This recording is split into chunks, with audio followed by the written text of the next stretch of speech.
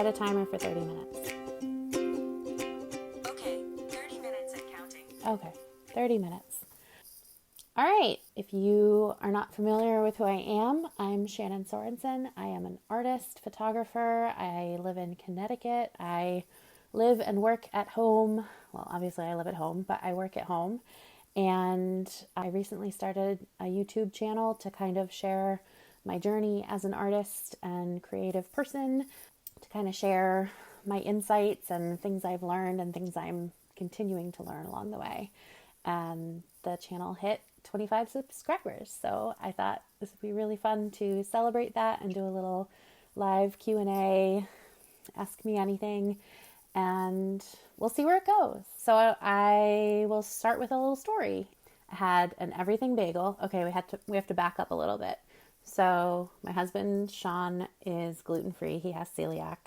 He was diagnosed in 2007. So it's been 14 years of gluten-free living. And so over 14 years, gluten-free products have evolved. Were not great when he was first diagnosed. So bread and cookies and pasta and all these things, like nobody really knew how to make stuff gluten-free. This week, or maybe it was last week, Sean told me he ordered some bagels. And I was like, okay. He was like, you don't understand. I ordered New York style bagels, but they're gluten-free. And I was like, you get bagels every week. Like, we are a bagel house. We have bagels and they seem pretty good. And he was like, no, like this place does real New York bagel, gluten-free. I was like, all right, sure. So we literally got a box of bagels, like vacuum sealed. And we got raisin and everything bagels. And it's literally like I can't fully understand, how he feels about eating a delicious bagel that he hasn't had an opportunity to eat in like almost 15 years. But they were really, really good. So the reason I'm telling this story about ordering New York style gluten-free bagels is I almost had to cancel this because I put our son upstairs for his nap and I had an everything bagel, which had literally everything on it, like a true everything bagel. And I went to check my teeth because I was like, all right, I'm doing a video now. I gotta like actually make sure I don't have yucky stuff in my teeth in the middle of the day. And I was using a floss pick and the pick got stuck in my teeth. I was panicking and it was very awkward and hilarious. And I was like, oh my God, like, am I going to have to cancel my Q&A on Facebook because I literally can't get a floss pick like out of my teeth? Like, am I going to have to go to the doctor about this? But obviously I was able to get that out. So yeah, so here we are. And I don't have stuff in my teeth. It's great. It's a beautiful day. All right. So there were a couple fun little questions that my husband and a couple of our friends asked on my post from the other day. And there's a couple other questions peppered in here and there from various places. The first question our neighbor friend, Miss Joyce, asked was, when am I going to be on Ellen? I don't know. I don't have plans to go on Ellen. I don't know if I want to go on Ellen. But another fun story is I'm very easily distracted. If you know me, you know this. But yeah, I have no plans to go on Ellen. I don't know if I would want to go on Ellen. I think I might be more of like a Kelly Clarkson kind of gal. Maybe Kelly Clarkson and I can do some duets or something. That would be fun. But her question reminded me of a little story, a little anecdote that in our high school yearbook, so senior year, there was a spread and the top of it was like, where will they be in 20 years? And it was everyone in our grade listed. And then across from our name, there was some prediction. And a lot of them were really funny. Some of them were kind of mean. And some of them were like, okay, that's pretty accurate, probably. And my prediction for where would I be in 20 years was starring in my own sitcom, which I was like, okay, I'll buy it. At 18, I didn't know what I was going to do with my life. And honestly, I hoped I was either going to be a music educator or a Broadway star. neither of which I am doing. That's beside the point. So I thought it was funny that that was predicted for me, and now I have launched a YouTube channel because it's something I want to do. And I, throughout my life, have taken opportunities to just kind of take the reins and make something that I want to do, even if I'm not prepared, even if I'm not fully educated or ready to take it on. I've always just kind of been a doer. So I decided to start this channel because I can make it what I want. It's a one-woman show. Yeah, so I thought that was just kind of a funny little connection. Like, I obviously don't have like a WandaVision style sitcom or something, although that would be pretty cool. But I'm really excited to be making my own content and making my own videos and hopefully putting some of my knowledge and experience out there, that if people are choosing a more creative path for their work, or they're feeling a little lost and not sure where they're going in life, like, I hope maybe I can inspire or help or guide people based on what I've experienced, because I've had a little bit of a winding journey to this point, and I fully expect it to continue winding. And I really hope that if I do more of these Q&As, like, I just kind of want it to be fun and light and entertaining, you know? So let's see. Questions from the peanut gallery, as I lovingly call them. All right, so a couple questions from my husband and his friends, who are very clever. They make me laugh. So my husband, Sean, asked, would you rather fight 100 duck-sized horses or one horse-sized duck? If you think about like 100 duck-sized horses, I think that would be terrifying. Like, I think I would rather go up against a horse-sized duck. I think that would be terrifying in its own way. I'm going to go with horse-sized duck. Yeah. And are we fighting to the death, or are we just like having a tickle fight? All right. Next question is from Forrest. All right. Forrest's question is cereal soup. Why or why not? Is cereal soup? Cereal is cereal, right? It's breakfast. I wouldn't call it a soup because the cereal is its own thing. You eat it in a bowl, which I think could be, confused with soup. We eat soup from bowls, but I wouldn't call cereal a soup. When you think of soup, I think of different things combined into a mixture that has a liquid base that you eat from a bowl with a spoon. So I would say cereal could be a soup if you combined cereal with something else, like maybe sliced bananas or strawberries or berries, and maybe added in something else like chia seeds. Like, if you made a breakfast soup, that's one thing. But I think cereal on its own is not a soup. It's just cereal, right? Like, if you're eating a bowl of beans, you're just eating beans. Just because it's in a bowl doesn't make it soup. All right. So Forrest, I hope that answered your question. All right. And Adam asked, what is the unladen velocity of a swallow? Which is a wonderful Monty Python reference. And guys, I'm not a science person, and I haven't watched The Holy Grail in a long time. So I'm just going to let that one be a funny thing in my heart. Thank you for asking a question, Adam. I don't know how to answer it. All right. Kelly is asking, how do you keep your plants alive? They look so happy. Even my one lonely succulent is pitiful. Okay. So my plants, here's my secret. This one is fake. That is fake. This, all right.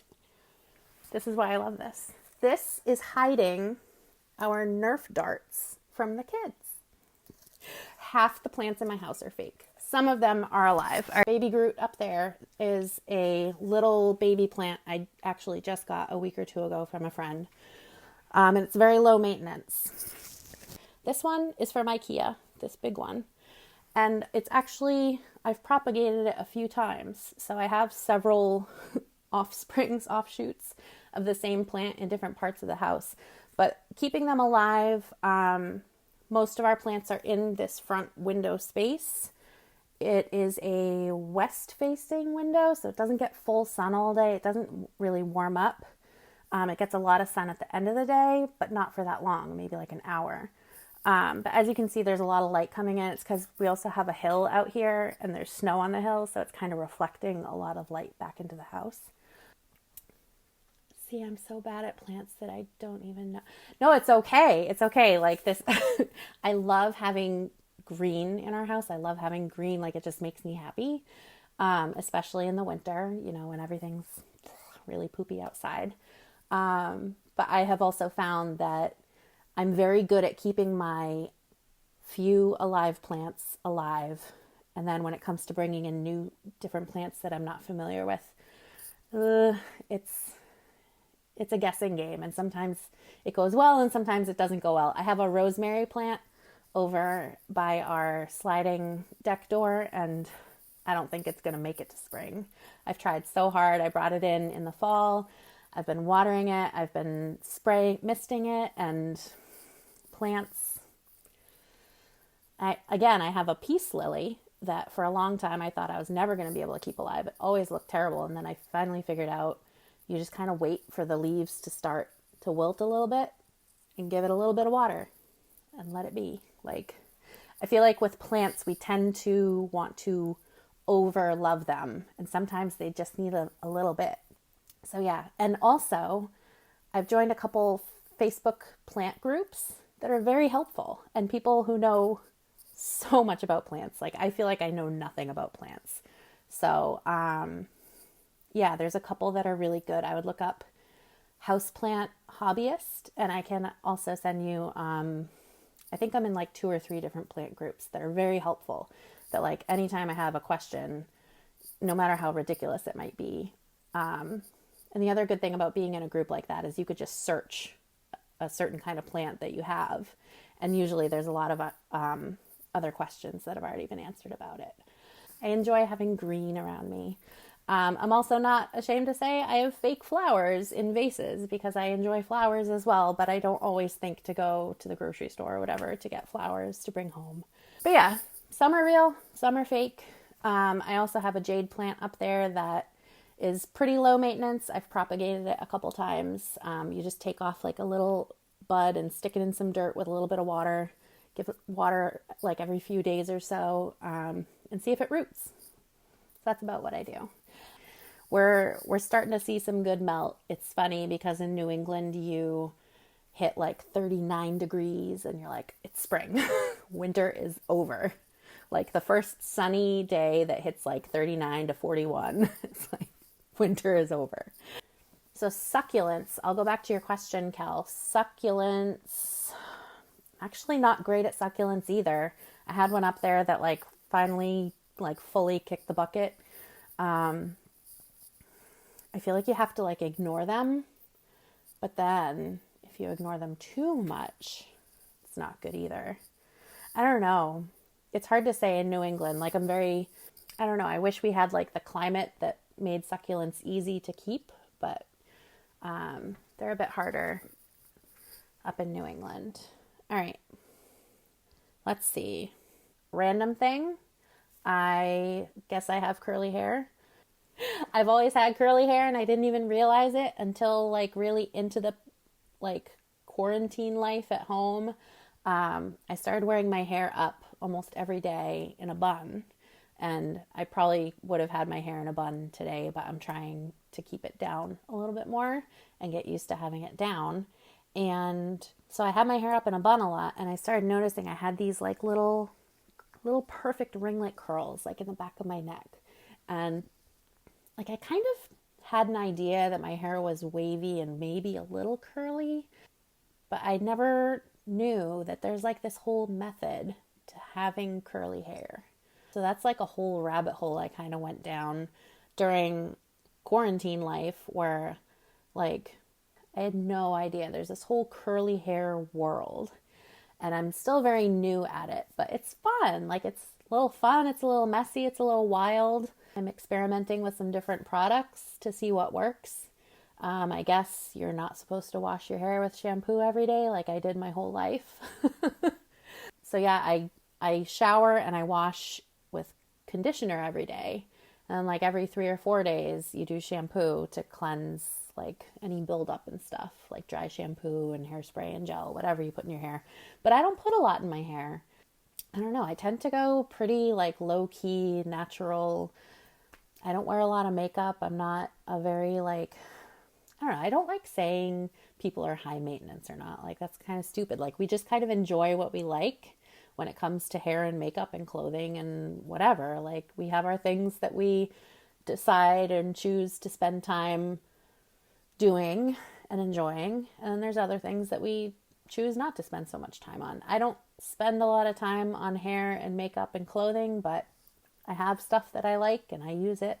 But yeah, curly hair routines have been really interesting for me because I spend so much time putting my hair up all the time. Having to get used to letting it stay down and scrunching it up and letting it kind of just air dry and be however it is. Some days it's a little scary. Not gonna lie.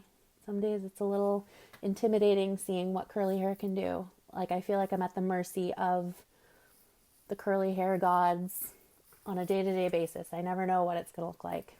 But yeah, it's been like a fun thing to do. I feel like we all kind of have these quarantine interests and activities that we've kind of gotten into, and curly hair is one of those things for me.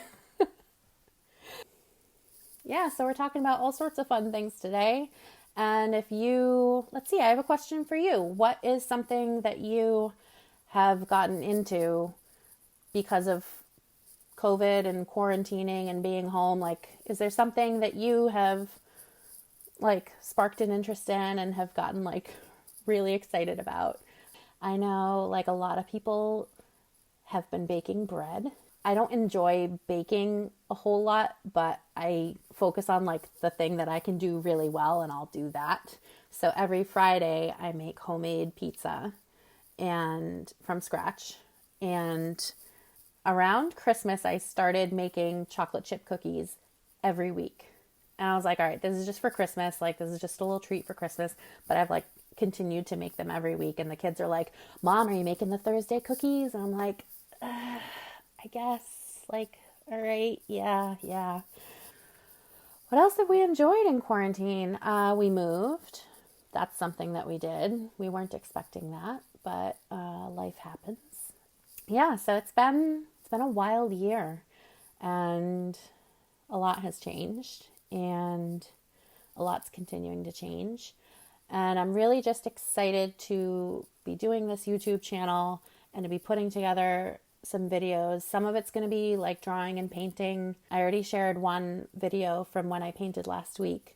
It's kind of like a time lapse. You can kind of watch me in 10 minutes, start to finish, do a painting that took about 3 hours. But I really just want to share my process and, you know, what inspires my work, things that I think about while I'm working, but also do these other videos. I started a series called Creativity Pep Talks, which are going to be on Monday mornings. It's about 10 minutes, and I'm just going to give you some encouragement and inspiration and wisdom for the week. And what else? I want to show you some cool things and places around where we live. We live in New England, so there's a lot of like little small towns that are really cute. There's some beautiful parks. I feel like it's really fun to see where other people live and hear about what inspires them. And sometimes like just watch people work and see like, oh, like this is their space that they're creating something in, or like, oh, she dances while she paints. Like that's really cool. There's a painter I started watching her videos as well, and she just kind of like boogies while she's painting. It's really fun. Yeah, so if you have things that you want to see, that maybe we can talk about like social media tricks or just general creativity, inspiration. But yeah, this is fun. I don't get to talk to adults a lot, so when I do sit down, even if it's a live Facebook, I get super excited to chat. Spring is on the way, and that is a good thing. I am really excited for spring. I'm excited to spend more time outside. We got so much snow here, and I think a lot of people got a lot more snow than typical years. So yeah, I think we're all ready to just spend a lot more time outside and have windows open and like air out our houses and get some sunshine, right? It'll feel good to get some sunshine. I just want to end this with like a collective deep breath, because when I start talking a lot, I forget to breathe and I get so amped up, and I think it's nice like in the middle of the afternoon to just take a pause and take a deep breath. So wherever you are, I hope you can just take a deep breath and then take another. If you have an Apple Watch, it reminds you to breathe, and all the time I'm like, no, I don't have time for that. So it's good to breathe. So, all right, my friends, thank you so much for watching. This was really fun. We'll probably do it again soon.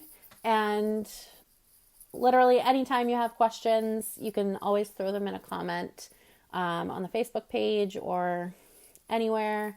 I love chatting. I love opportunities to connect with people, especially in this world where we are not necessarily connecting person to person as much as we used to.